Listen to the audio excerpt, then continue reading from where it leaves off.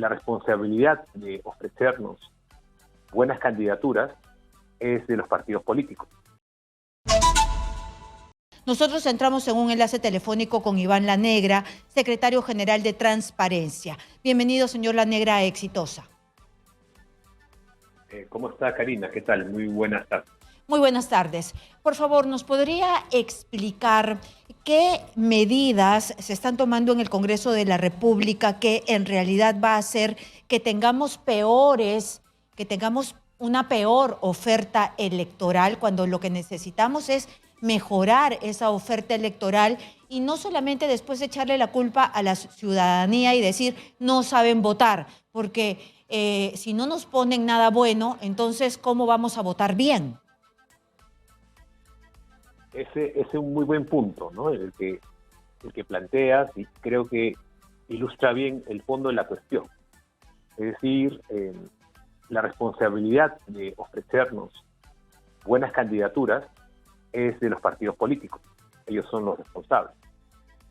Desde luego, las reglas, las normas pueden ayudar, incentivar, eventualmente premiar a los partidos que hacen bien su trabajo, ¿no? Y nos ofrecen personas íntegras, personas con experiencia política, personas con una vocación de trabajo por el país, ¿no? Como candidatos a las distintas posiciones que en las elecciones se tiene que optar, ¿no? Se incluye congresistas, se incluye presidentes, se incluye gobernadores regionales, alcaldes.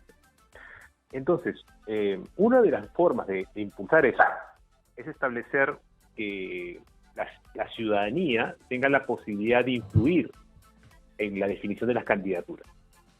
Y para eso se creó este sistema de primarias abiertas, es decir, unas primarias que no estaban limitadas solamente a aquellos que participan en los partidos, sino unas primarias en las cuales participemos todos.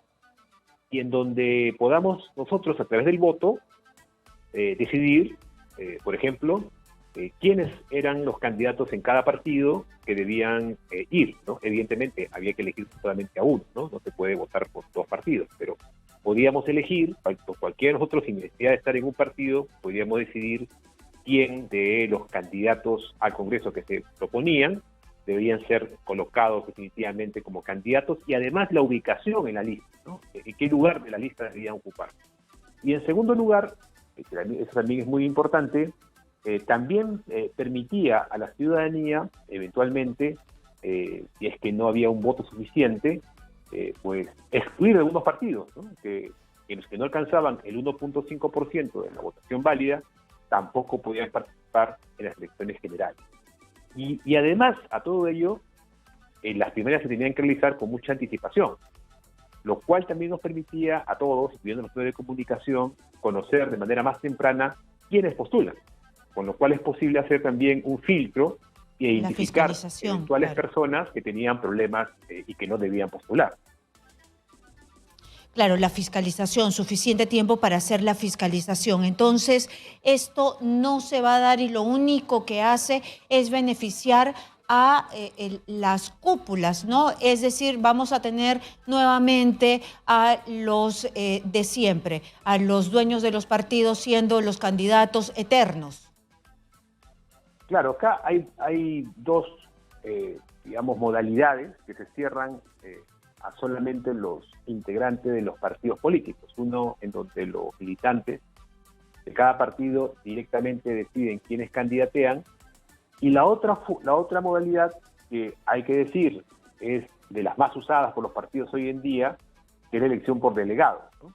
En donde los militantes primero eligen a delegados, unos cuantos, y esos son los que finalmente deciden quiénes deben candidatear, ¿no? Evidentemente, en ese último supuesto, el control de las dirigencias sobre quiénes deberían ser candidatos es mucho mayor. Pero esta eliminación de las PASO también tiene algunos adeptos, ¿no? Dicen que de repente se vuelve en una gran encuesta, que no hay gran participación, que además los partidos se pierden algo de autonomía. ¿Esto pesa más a los beneficios que tiene? A ver, quizá primero precisar algunas cosas, ¿no? Las PASO, de acuerdo con la legislación peruana, son elecciones obligatorias. Entonces vamos a tener el mismo tipo de participación que las elecciones generales a las cuales estamos acostumbrados. Entonces no es un nivel de participación menor. Ir de todas maneras. Sí, en otros países es cierto, en otros países es voluntario, pero en el caso del Perú la ley dice que es obligatorio. Entonces tendríamos que ir a votar todos y seguramente la participación sería muy similar a esas elecciones que estamos, como digo, habituados a acudir. Pero eso tampoco nos ¿Sí? exime de que Sí. tengamos nulos, en blanco, Desde luego, muy alto, desde ¿no? luego, desde luego, como ocurre en las otras elecciones también, ¿no? De acuerdo. Pero lo importante es que aquí atendemos a un problema que tienen nuestros partidos hoy en día, y eso los propios partidos, la gran mayoría de ellos debe reconocer, ¿no? Que es que su conexión hoy en día con la ciudadanía es muy limitada. Es decir, en otros países hay partidos grandes, estructurados, con mucha presencia en el territorio, ¿no? que representan realmente a la sociedad. Entonces, cuando esos partidos hacen elecciones internas, en gran medida ya tienen dentro, ¿no? a los actores más importantes de la sociedad. Pero ese no es el caso de nuestros partidos, ¿no? Nuestros partidos incluso tienen dificultades para movilizar a sus propios militantes. En las elecciones últimas, internas, de las elecciones que hemos tenido, pues no han llegado ni al 5% de participación de sus militantes.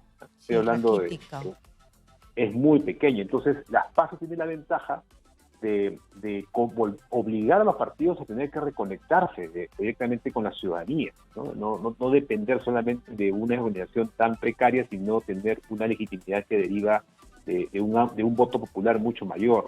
Entonces, eso es otra ventaja que tiene este sistema. Y lo otro es algo que quizá puede ser muy útil si lo combinamos con algunos cambios en la legislación para promover alianzas electorales.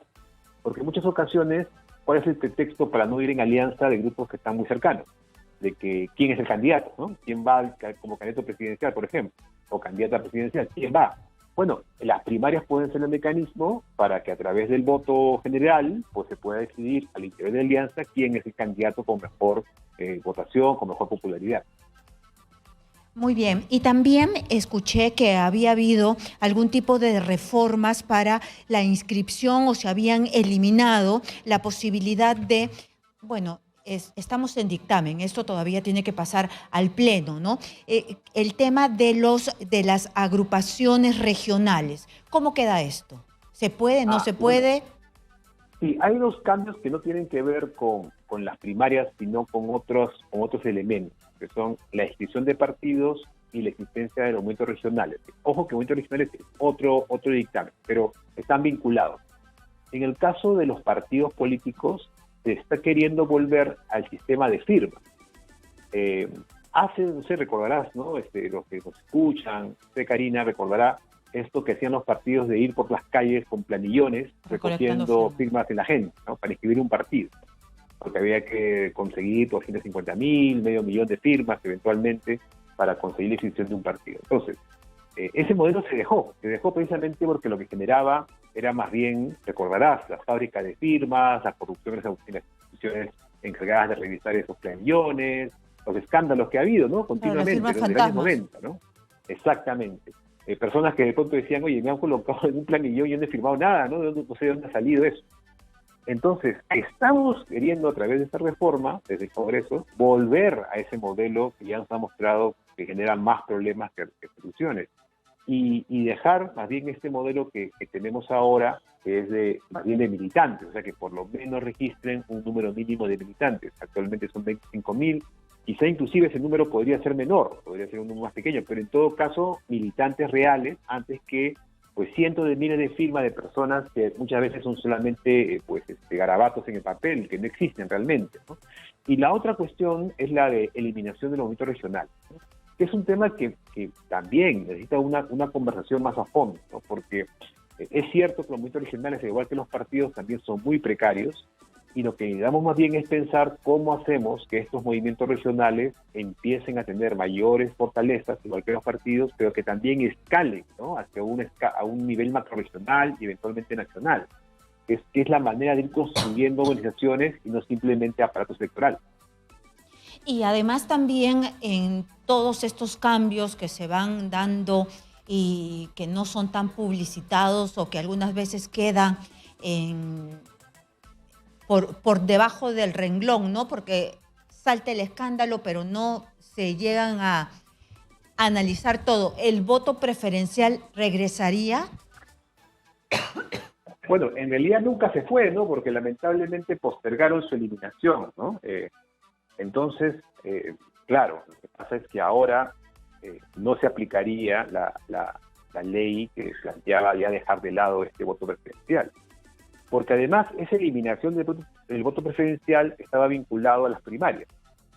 La idea es que como ya en las primarias el ciudadano ya ha decidido qué candidato debe ir primero y qué candidato debe postular finalmente, ya no tiene sentido el voto preferencial. Lo que había nomás que hacer en momentos de elección general es votar por listas.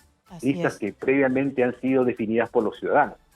Pero ahora, claro, eliminando las primarias abiertas, quizá pues la razón del voto preferencial es una manera, digamos, de intentar compensar esa falta de capacidad ciudadana, ¿no? Que si no existe el voto, preferencial, prácticamente no tendría ninguna posibilidad ya de intervenir el ciudadano. Bueno, y entonces estamos retrocediendo totalmente. Lo único rescatable sería la bicameralidad, aunque a muchos les cueste reconocer que es un cambio que se necesita, o para ustedes está mal. Es que creo que no solamente nosotros, como Transparencia me refiero, ¿no? Sino muchos expertos, gente que conoce este tema, sabe que la bicameralidad y la reelección son en el fondo, digamos, medidas necesarias. El problema es que son parte de un todo, ¿no? No están aisladas. Entonces, si das medidas como estas, que eliminan la primaria, vuelves al modelo que ya conocemos, no funciona, que solamente nos genera listas de candidatos de muy mala calidad, nada de esto va a servir, ¿no? Todo va a ser inútil, vamos a reproducir lo que hoy tenemos y que posiblemente en la próxima elección tendremos resultados iguales o peores a los que hemos visto en el 2021. Muy bien, y ahora cambiando un poco de tema, nos alejamos del Congreso de la República y nos vamos a la Defensoría del Pueblo, porque también el Congreso de la República hay una iniciativa que debilitaría la meritocracia en la Defensoría del Pueblo. ¿Ustedes también están al tanto de esto?